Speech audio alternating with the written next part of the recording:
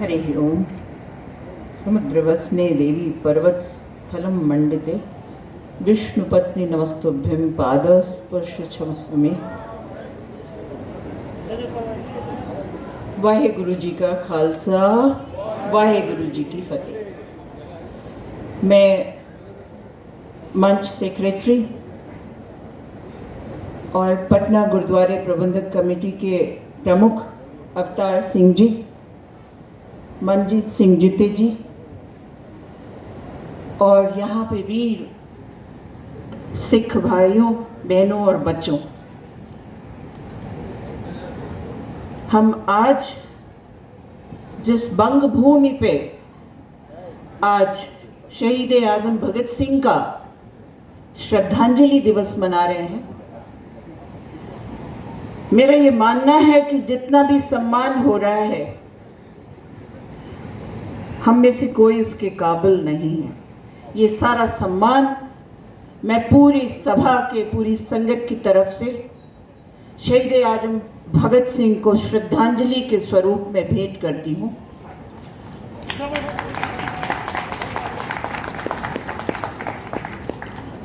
और कोटिशः नमन करती हूँ। ये वो शहीद हैं जो न भूले हैं न बिसरे हैं। ये इस वंदे मातरम, बच्चियों ने अभी एक राष्ट्रीय गीत का बहुत सुमधुर आख्यान किया, वंदे मातरम।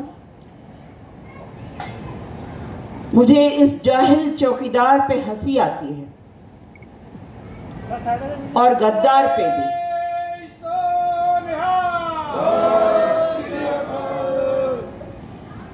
भारत के 3 ही गद्दार हैं, अंबानी, अडानी ते मोदी सरकार। भारत के गद्दार ही 3 हैं, अंबानी, अडानी ते मोदी सरकार। वो संडे को यहाँ पर परेड ग्राउंड में बोल रहा था, वो मूर्ख, चाय उसने कभी नहीं बेची। जिस वक्त का जिक्र करता है, वडनगर में रेलवे स्टेशन ही नहीं था। वडनगर में रेलवे स्टेशन 70 के दशक के बाद आया है।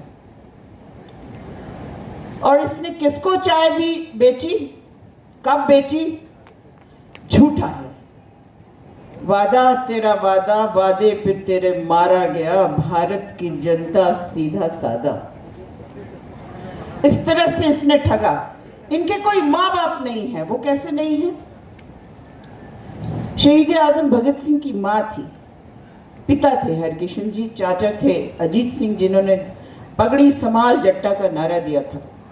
उनके साथ ही शहीद सुखदेव सिंह, शहीद राजगुरु को भी मिली थी आज ही के दिन। ये हमारा शोक दिवस है और मान का भी दिवस है।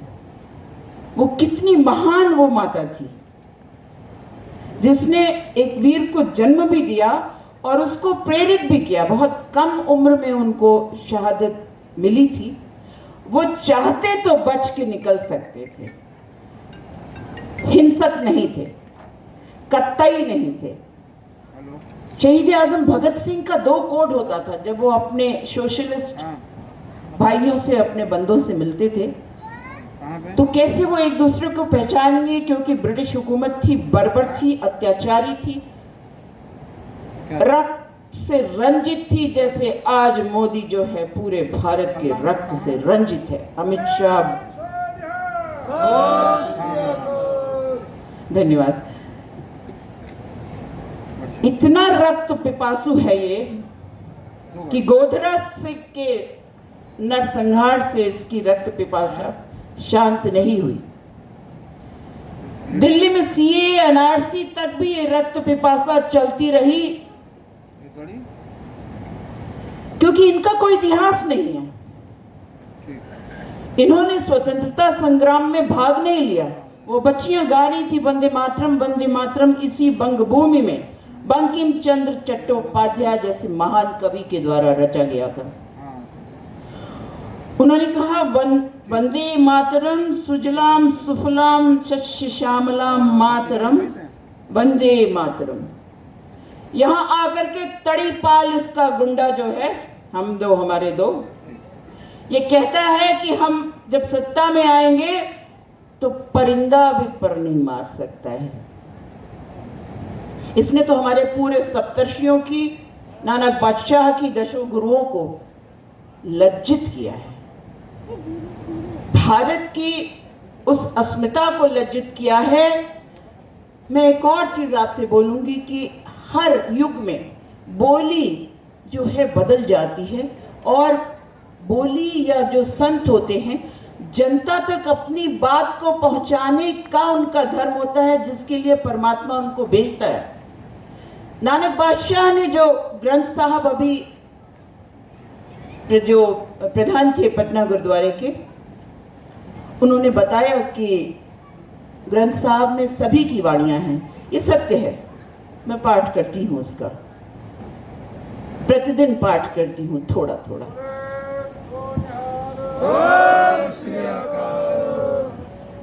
उसमें रैदास की भी वाणी है, उसमें कबीर की भी वाणी है, उसमें ऐसा कौन है जो नहीं है उनके समकक्ष उस काल में।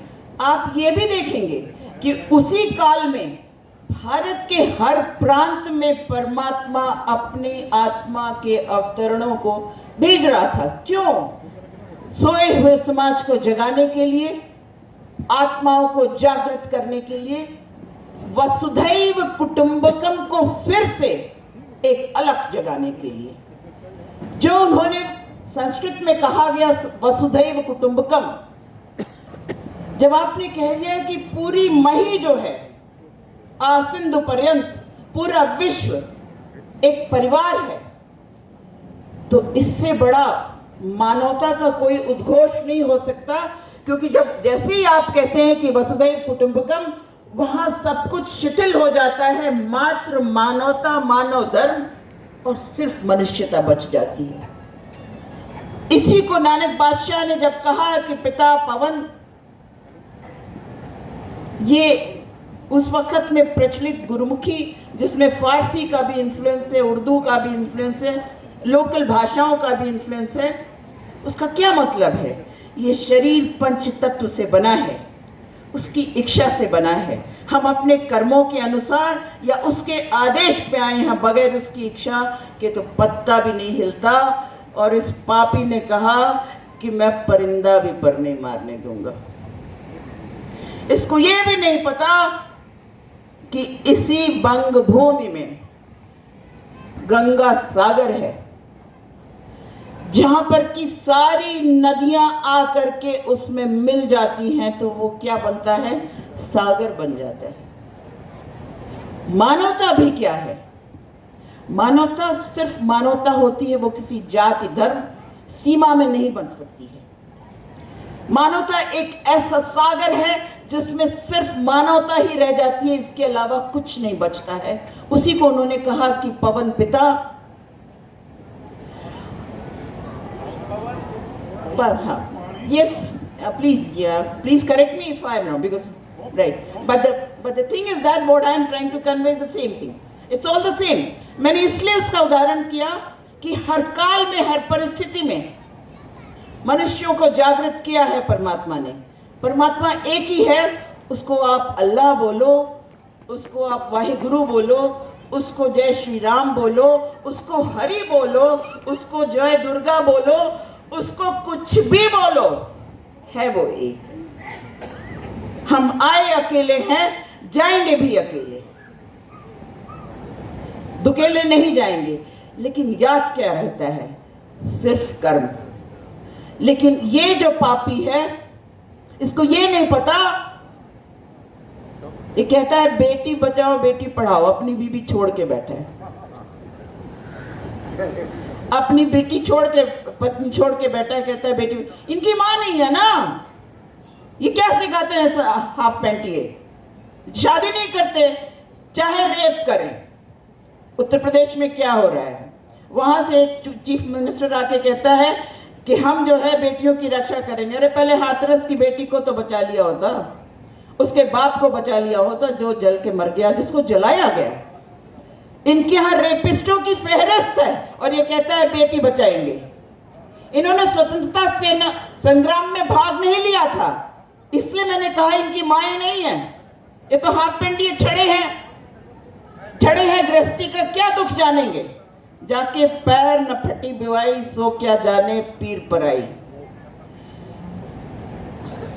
अच्छा, मैं इसको बहुत छोटे में बोलूंगी कि भारत का विभाजन जो है 3 जून 1947 को रेडक्लिफ की लाइन पर पहले ही हो चुका था। हम गुलाम थे। भारत जो है वो बर्मा, श्रीलंका, आज का जो बांग्लादेश है, इधर आपका नॉर्थ वेस्ट फ्रंटियर अफगानिस्तान तक जाता है। इस बॉर्डर पे लगातार हाजिरी देने जाती हूँ क्योंकि ये इतिहास में दर्ज हो चुका है और विश्व का ये ऐसी क्रांति है जो किसान क्रांति के नाम से दर्ज हो चुकी। इसमें शहादत किसने दी? 4 जून 2020 से सिख बैठे हुए हैं।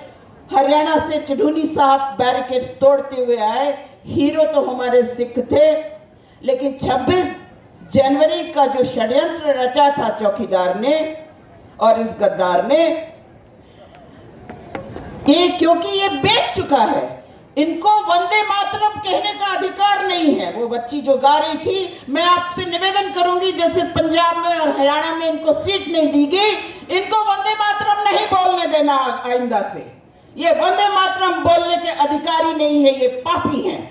वंदे, पृथ्वी अपवित्र होती है, जब ये चलते हैं तो पृथ्वी अपवित्र होती है। पृथ्वी हमारी माता है जो हमारी जननी के बाद हमारा भरण पोषण करती है। इन्होंने किसानी हमसे छीननी चाहिए और भारत माता को बेच दिया अंबानी और अडानी को, और कहते हैं कि हम वंदे मातरम के पुरोधा हैं। ये वंदे मातरम के पुरोधा हैं। इनको क्या पता, यही वो बंगभूमि है जिसने अंग्रेजों की हुकूमत को उखाड़ फेंका था। दिल्ली में जाके उनको 1911 में राजधानी बनानी पड़ी थी। उसके बाद जो सिलसिला चला तो वो फिर थमा नहीं। 1947 में हम आजाद हुए। 70 साल की ये हमसे पूछता है सवाल, लेकिन भारत इससे पूछता है, इस गद्दार से, कि तूने लूटा कैसे, ये बता। चाय में जहर घोल के लूटा, नोटबंदी में स्त्री धन को भी लूटा जो हिंदू धर्म के अनुसार पाप माना जाता है। औरतें भिखमंगी हो गई, रोजगार चले गए, 27 करोड़ लोग बेरोजगार हो गए, इसने लूटा। उसके बाद बैंकों का भी प्राइवेटाइजेशन कर दिया गया। अभी 13 लाख बैंक के कर्मचारी आज सड़क पे आ चुके हैं। BSNL बेच दिया, ONGC बेच दिया। मैं रास्ते में आ रही थी कैलकाटा से, जब जीती जी के साथ में, तो सब जगह वहां लिखा है, हल्की सी लाइन है, आगे इंडियन ऑयल है या कोई भी आपका भारत गैस, भारत पेट्रोलियम है, नीचे लिखा है अडानी ग्रुप ऑफ ऑयल्स। तो भारत को सिर्फ 2 गुजरातियों के बीच में बांटा गया। वो गुजराती जब भारत में सिख लड़ रहा था, गुरु गोविंद सिंह शहादत दे रहे थे, उनके 4 पुत्र जिंदा चुने गए थे, 2 पुत्र और 2 शहादत में मारे गए थे चमकौर की लड़ाई में। गुरु तेग बहादुर सिंह का इसी शीशगंज गुरुद्वारा में उनका सिर काटा गया था। तो ये गुजराती ईस्ट इंडिया कंपनी को रेड कारपेट बिछा करके और उनका स्वागत कर रहे थे। और आज ये गुजरात है। ये तो बॉम्बे प्रेसिडेंसी हुआ करता था, जिसका विभाजन 1958 में हुआ, जिसमें महाराष्ट्र अलग हुआ और गुजरात अलग हुआ। और अभी इसने 100 करोड़ पिछले साल 2020 में फरवरी में ट्रंप के स्वागत में 100 करोड़ खर्च किया, लेकिन वहां पर जो 10 लाख स्लम में रहते हैं उनको नहीं दिया। इसने अभी 16 करोड़ का हेलीकॉप्टर खरीदा है अपने लिए। वो आपकी और हमारे खून की टैक्स की कमाई है। रेलवे आपके और हमारे खून की टैक्स की कमाई है, इसके बाप की नहीं है। इसका बाप नहीं लेके आया। ये भिखमंगा ये बोलता है हमें आंदोलन जीवी। अरे आंदोलन से तो हमने स्वतंत्रता पाई, आंदोलन से तो हमने अंग्रेजों को उखाड़ के बाहर फेंक दिया, आंदोलन से तो हमने मुगलों को उखाड़ के बाहर फेंक दिया। तू क्या जाने, तू तो तब भी गद्दार था, आज भी गद्दार है, कल भी गद्दार रहेगा। ये 70 साल का जो इतिहास है।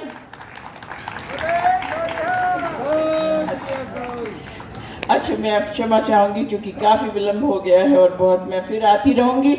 मैं यहाँ पे उसको हराने के लिए आई हूँ। इस बंग भूमि में या जहां जहां जाएगा पीछे पीछे मैं आऊंगी, इसको एक वोट भी नहीं देंगे। और आप मुगालते में भी नहीं रहना। जो अन्ना हजारे मूवमेंट था वो बीजेपी की बी टीम थी, उसमें जितने लोग थे सावधान रहना, आपका एक भी वोट खाली न जाने पाए।